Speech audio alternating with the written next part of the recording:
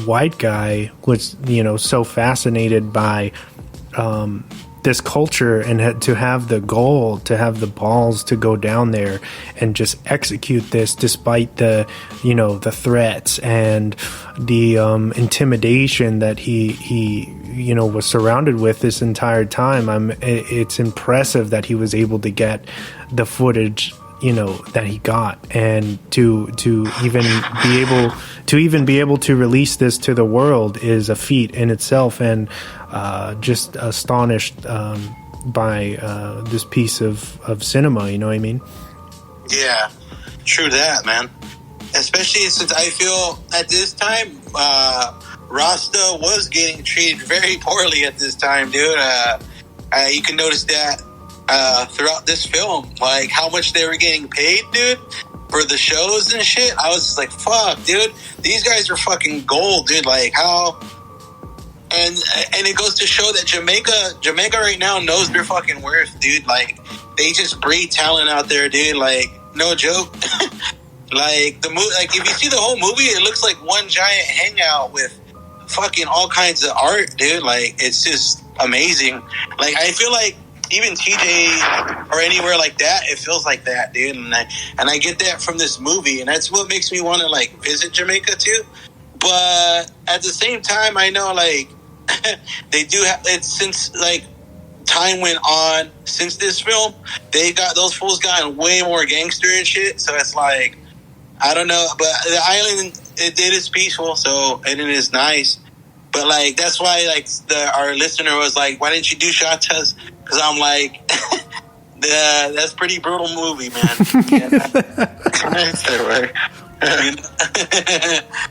But I really love this movie, dude.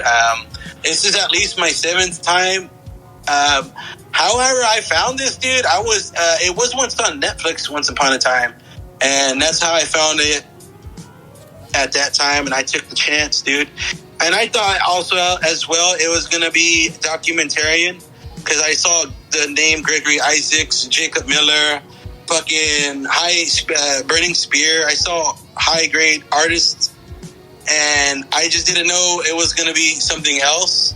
I can see why Diego didn't pay attention to the story, but it does have some deep stuff, and I like the friendship between all these stars, you know what I mean? And I think that's dope, because sometimes I'm not gonna say everyone's like that, but sometimes San Diego's like that, man. When we're all vibing, you see someone else that does music, it's just like throwing a simple hello, like, and it's just shake hands, and I don't know, we smoke a doop or two. It's just like that. It's like that, it's really like that, dude. And whether if it's Rasta, reggae, punk, or fucking hip hop, it really does feel like that, man. And I kind of like that they captured. I don't know if anyone noticed this about Gregory, but he was like a little pick lock kind of guy. I thought that was a pretty dope to put that. Like he has that under his belt. Like he can pick lock for, I guess, the white folk that leave their keys in their car and shit and gets paid for that. It's just small little details about these people and how they had to get by, I thought it was pretty dope to see. It was kind of astonishing, like seeing all these people that you're like only heard of, or it's kind of like, I want to say it's comparable almost to kids, dude, but like in the sense about music, like True. how out of control it was at that time, The 90s, yeah. Yeah, and the grittiness of the film, where you know that they had like almost no budget, and they're probably, it's almost like the way that everything's playing out, they're not even acting. It's just like it's almost like they don't even know they're being filmed. It's that organic, and so it's so crazy. Yeah. It's like, is this real life, or is this like is this an act? Like, I guess that's why I can't. When Diego said, is like, I couldn't follow the story part, but since you're seeing the stars, it makes it seem like, yo, that's how they probably are, And it was like for them.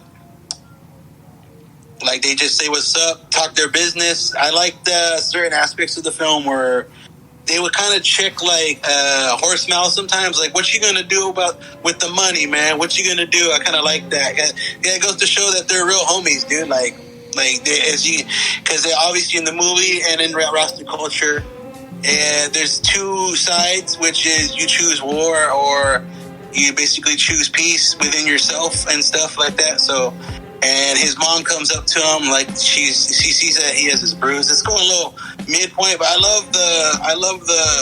I know sometimes a lot of things are impractical, like practices and stuff, but I think roots reggae is probably something I could relate to more than like other things. If I can say that, like other religions and stuff, you know, it feels more home for me, especially the pop fest and stuff like that, and I just love that stuff, dude. And I've been going out here to bars when we could.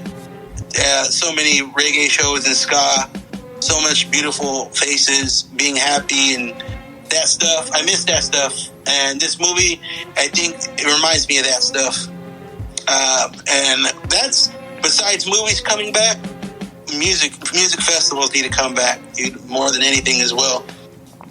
I think people are kind of putting that off more, but I think it's needed at this time. Let me get you guys' feedback on this real quick while we're talking about live music.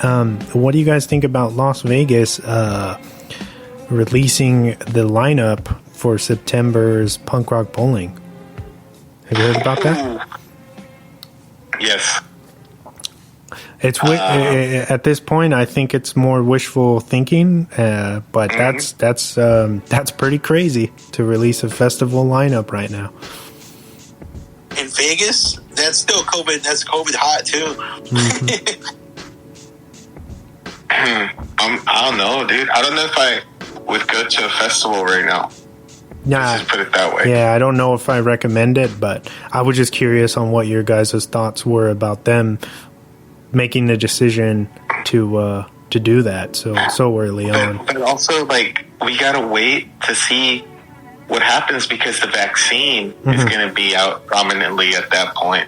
So obviously, what's going to end up happening probably is like people are going to be like, "Oh, well, you could go to a festival, but you got to take the COVID vaccine." So I think it's going to be more about like pharmaceuticals playing now a thing into festivals in general, where they're going to be like, well, like, you know, we'll let you have this festival, but, you know, especially government, like, we'll let you have this festival, but you got to make sure that everybody gets a medical release card that they've taken the COVID vaccine. Which, I don't know, I'm playing devil's advocate right now, but that could be. So I have a cousin who works there that, like, basically in pharmacy and stuff, and yeah, it's kind of crazy because we don't know how effective that shit is. He says that even when you get the shot, they still tell you got to wear your own mask, so it's not like you still don't spread it. I don't know what the fuck, like, how that shit's working out. And obviously right now it's going down, we talked about earlier, but we got to wait to see what happens when people gather in masses again. And I don't know. It's tough, dude. Fucking rockers, dude. It just reminds me of a good time. And I was bumping the music from this movie as loud as fuck on, I guess I was playing video games earlier, and my homie from Mexico was like, dude, that fucking makes me feel so fucking happy, dude. It just goes, like, to show, like, how good it makes people feel, dude. Like, just roots rock reggae. And there was once upon a time, like, I used to bump reggae a lot, and then I would hear certain friends of mine be like, you like that a lot, but, like, for me, I don't get what they're saying, and I'm like, how do you not, dude? Like, how do you not get the message of what they're trying to, you know, like, what roots reggae is doing? Like, how did you not get the message? I don't know if there was somehow it's tarnished for them, or they're just not, they just need to take a chance of listening to it. And they just, some people think like they just mumble and shit. And I don't know. I just think like that why for certain people it's not understandable. But in reggae, they call it, you need, instead of understanding, you got to overstand everything instead, because it's easy to understand because you overstand it, you know? Like, I think to kind of answer that for you, Tiny, in so many words, you can say that for a lot of different subgenres of music. You know what I mean? I've heard that my whole life for hardcore or you know, speed metal, and they're like, well, you don't even know what the fuck they're saying. They could be, you know, saying some fucking devil shit or whatever, and it's the same thing. It's just like, well, maybe just do some research and like figure it out. You know what I mean? It's not that hard, in my opinion. And yeah, so I think I would chalk it up to that as just like a lack of wanting to understand, or just not vibing with the overall music. I've also heard a lot of people where they don't get the appeal of reggae, you know what I mean? But you could say that for like today's like mainstream hip hop today, you know what I mean? With the mumble rapping or whatever, or so there's a lot of different parallels there for why certain people have certain opinions, but you know what I mean? And that's what I guess just makes us us, is that we are on the level of a higher level of understanding, you know what I mean? Just like Wu-Tang said. Yeah. And shit's been looped for 1,000 years. So how would you not be able to enjoy the stuff that's been reused for thousands of years? You know what I mean? It's like, there is a good ignorance to it, I guess, right? So people just don't want to. Just like doing good with COVID, they don't want to. But it's like, you know, that's the thing about being open-minded about music. You know, you just kind of, even though I'll be honest, sometimes I don't necessarily care for country, but I was just hanging out with like a bunch of artists and one of my friends, and you know, she showed me like a bunch of like old country that that her parents used to listen to, and I was like, oh shit, like, you know, this is pretty dope, you know? Yeah. And to me, it kind of was like an eye opener, like, oh, maybe this type of music is also kind of cool. Because, of course, like, never been exposed to something, it always comes back to haunt you. Because, you know, if you're a lover of music, you understand the artistry that goes along with it. So for me, of course, a lot of people will never understand ska. A lot of people won't understand, like the ska core scene here in San Diego or in LA or in general in Southern California. So it's kind of cool to, you know, vibe with different stuff, and you know, I'm definitely going to recommend this movie to everyone that is that loves ska, that loves reggae, you know. Yeah. Was this at all anyone, not Wes's, was this your first time seeing this, Diego, or was it like, have you seen this before and you had to see it again? This is my first time ever watching this, so I was like naked as far as like, I mean naked. I was blind to naked. The fuck did I say? I was blind to it, so I wasn't. I didn't know about it. It was my first time watching it, and I was like, man, I think I'm gonna rewatch this again and again because I actually want to captivate a lot of stuff. It's one of those movies. Even like if you see kids, you learn something new. Again, I'm not comparing this to kids because I want to, but it's just the same thing, you know? Like, it feels like very, very gritty and stuff. And that's what I love about Larry Clark. And this is why I love these period pieces, because I love to see what they were going through at that time, even if it was like, for a lot of people, for a lot of critics, it would be like, oh, this is like shitty acting. No, this is real. This is real life. It's not acting. It's more like a documentary. He just happens to have a camera in there, and they're just like saying lines or whatever, talking to people. And that's what I think is more amazing versus having a full script or a full budget, or the thing that we're have nowadays, you know. We basically sometimes lose.